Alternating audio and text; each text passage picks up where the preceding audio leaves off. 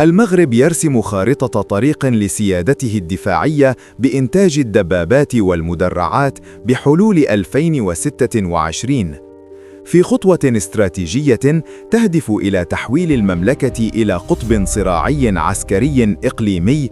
تتسارع وتيرة العمل داخل المغرب لتدشين أولى وحدات إنتاج الآليات القتالية الثقيلة بما في ذلك الدبابات والمدرعات مع حلول عام 2026. يأتي هذا التوجه كجزء من رؤية المغرب 2030 لتعزيز الاستقلالية الدفاعية وتوطين التكنولوجيا العسكرية المتقدمة. 1. طموح 2026 من التجميع إلى التصنيع الكامل. أفادت تقارير رسمية وصحفية صادرة في أواخر عام 2025 بأن المغرب وضع اللبنات الأساسية لمصانع حربية متطورة، ويتمحور المشروع حول إنتاج المدرعات، البدء الفعلي في إنتاج المركبات القتالية البرية من طراز واب 8x8 بالتعاون مع شركة تاتا أدفانسد سيستمز تاتا بمصنع في منطقة برشيد بنسبة إدماج محلي تستهدف الوصول إلى 50%. توطين صناعة الدبابات.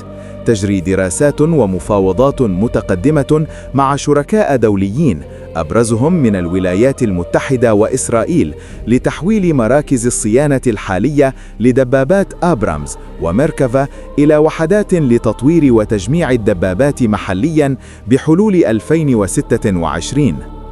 2. بنية تحتية دفاعية وحوافز غير مسبوقة. لضمان نجاح هذا التحول أطلقت الحكومة المغربية في 2025 مبادرات هيكلية تشمل المناطق الصناعية للتسريع الدفاعي، البدء في تطوير منطقتين صناعيتين مخصصتين حصراً للصناعات العسكرية من المتوقع أن تكونا جاهزتين لاستقبال المستثمرين بالكامل قبل نهاية 2026. الدعم المالي. رصد المغرب ميزانية دفاعية قياسية لعام 2026 تقدر بنحو 73 مليار درهم، حوالي 7.3 مليار دولار، مع مخصصات إجمالية لبرامج الاقتناء والتصنيع تصل إلى 157 مليار درهم ضمن خطط متعددة السنوات. الإعفاءات الضريبية. إقرار إعفاءات كاملة من الضريبة على الشركات والرسوم الجمركية للمواد الأولية العسكرية المستوردة لتحفيز الاستثمار الأجنبي المباشر. 3. شراكات دولية وأهداف جيوسياسية. لا يقتصر المشروع المغربي على الاكتفاء الذاتي، بل يهدف إلى تصدير السلاح، تحويل المملكة إلى منصة تصدير للدول الإفريقية الصديقة مستفيدة من الموقع الاستراتيجي والخبرة اللوجستية. نقل التكنولوجيا. تفعيل اتفاقيات التعويض الصناعي التي تلزم الموردين الدوليين بنقل جزء من تكنولوجياتهم إلى المصانع المغربية.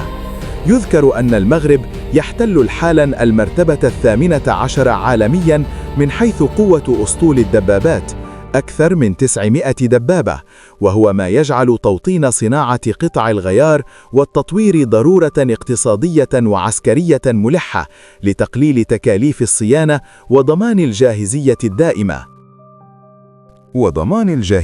الدائمة. 4. الرأسمال البشري من التكوين إلى السيادة المعرفية.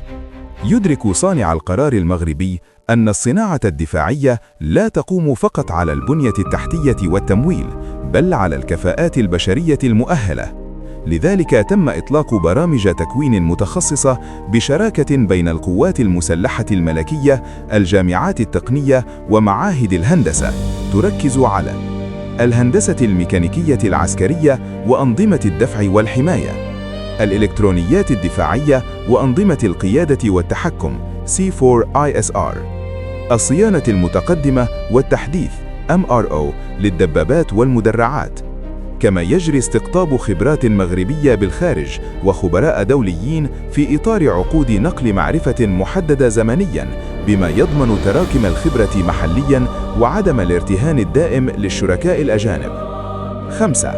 التصنيع الدفاعي كرافعة صناعية واقتصادية. يمتد أثر هذا المشروع إلى ما هو أبعد من المجال العسكري، إذ يتوقع أن يسهم في خلق آلاف مناصب الشغل المؤهلة في سلاسل التوريد والصناعات الميكانيكية الدقيقة، تطوير النسيج الصناعي الوطني في مجالات الفولاذ الخاص، المواد المركبة والأنظمة الإلكترونية، تحفيز البحث والتطوير وربط الابتكار الصناعي بالجامعات ومراكز البحث. وينظر إلى الصناعة الدفاعية كقاطرة لتحديث قطاعات مدنية موازية على غرار ما حدث في دول نجحت في تحويل التكنولوجيا العسكرية إلى استعمالات صناعية وتجارية. 6. تحديات التنفيذ وحدود الطموح. رغم الزخم الإيجابي، يواجه المشروع تحديات حقيقية، أبرزها تعقيد نقل التكنولوجيا الحساسة وارتباطها بالقيود الجيوسياسية، ارتفاع كلفة الاستثمار الأولي وطول دورة العائد الاقتصادي، الحاجة إلى توازن دقيق بين السرية العسكرية ومتطلبات الشفافية الصناعية، غير أن الرؤية المغربية تراهن على التدرج من التجميع إلى التصنيع الجزئي ثم التطوير المحلي مع بناء منظومة متكاملة خلال العقد المقبل. 7. نحو عقيدة دفاعية صناعية جديدة. في المحصلة، لا يمثل هدف إنتاج الدبابات والمدرعات بحلول 2026 مجرد إنجاز صناعي، بل تحولاً استراتيجياً في العقيدة الدفاعية للمملكة، يقوم على تقليص التبعية، تعزيز الردع، وربط الأمن القومي بالتنمية الصناعية. وبين طموح السيادة الدفاعية ومتطلبات الواقعية الجيوسياسية، يرسم المغرب ملامح نموذج إقليمي جديد يجعل من التصنيع العسكري أداة قوة ناعمة وصلبة في آن واحد، وخياراً استراتيجياً طويل الأمد لا رجعة فيه.